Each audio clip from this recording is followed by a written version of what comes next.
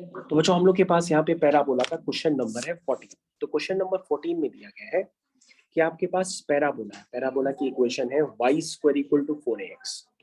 तो बच्चों y square equal to 4ax तो आपको ड्रॉ करना बहुत अच्छे से अब तक आ चुका है, ठीक है। कह रहा है कि उसमें फोकल कॉर्ड है और फोकल कॉर्ड के एंड पॉइंट्स के कोऑर्डिनेट्स आपके पास गिवन है। फोकल कॉर्ड आप जानते हैं, फोकल कॉर्ड उसे कहते हैं जो फोकस से पास होती है। लेटेस्ट रेक्टम उसे कहते हैं जो फोकस से पास करती है और एक्सिस ऑफ पैराबोला के परपेंडिकुलर होती है। तो बच्चों ये लेटेस्ट रेक्टम नहीं है, ये फोकल कॉर्ड है। तो फोकल कॉर्ड की एक्सट्रीमिटीज आपके पास गिवन है। तो बच्चों देखो फोकल कॉर्ड की दो एक्सट्रीमिटीज, ये एक्सट्रीमिटी है x1 y1 और दूसरी एक्सट्रीमिटी है x2 y2, ठीक है। और ये फोकल कॉर्ड है बच्चों, तो ये ऑब्वियस सी बात है फोकस से पास करेगी। आपसे इस क्वेश्चन में क्या पूछ रहा है, आपसे पूछ रहा है कि आपको आंसर बताना है कि x1 x2 plus y1 y2 क्या होगा। तो बच्चों याद करिए, मैंने आपको इस तरह से क्वेश्चंस में सिखाया हुआ है, और अगर आपको नहीं भी याद है तो मैं आपको दोबारा बता देता हूँ कि अगर आप कोई जनरल पॉइंट लेते हैं 80 स्क्वायर 280, मतलब आपने क्या लिया x y ना एज्यूम करके, आपने x1 y1 ना एज्यूम करके 80 स्क्वायर 280 ले लिया।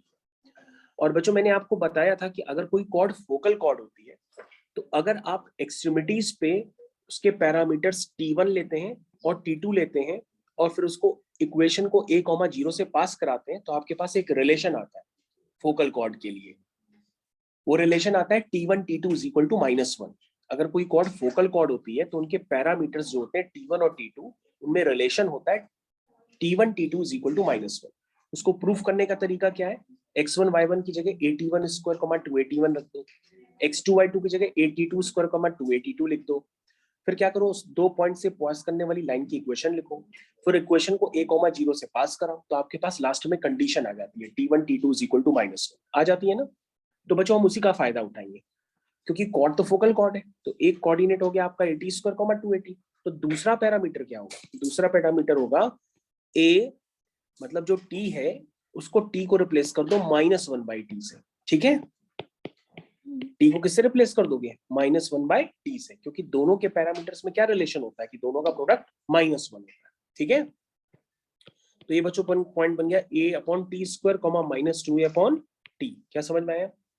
तो बच्चों यहाँ पर x1 y1 की जगह आपको क्या दिख रहा है, ये आपका x1 y1 है और ये आपका x2 y2 है। तो बच्चों x1 y1 x2 y2 क्या आपको क्लियर हो गए। अगर क्लियर हो गए बच्चों तो आप डायरेक्टली आप वैल्यू पुट करके अपना आंसर निकाल लीजिए। तो x1 की जगह क्या पुट करेंगे बताइए, x1 की जगह हम पुट करेंगे 80 स्क्वायर और x2 की जगह क्या पुट करेंगे a/t स्क्वायर, ठीक है, प्लस y1 की जगह 280 और y2 की जगह बताइए -2a/t। क्या बात समझ में आई, समझ में आई।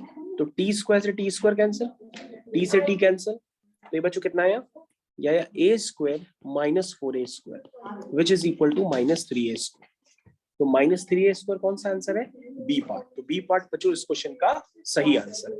मेरे ख्याल से आपको समझ में आ गया होगा, और काफी सारे रिलेशन भी मैंने आपको बताए वो भी आपको समझ में आ गए।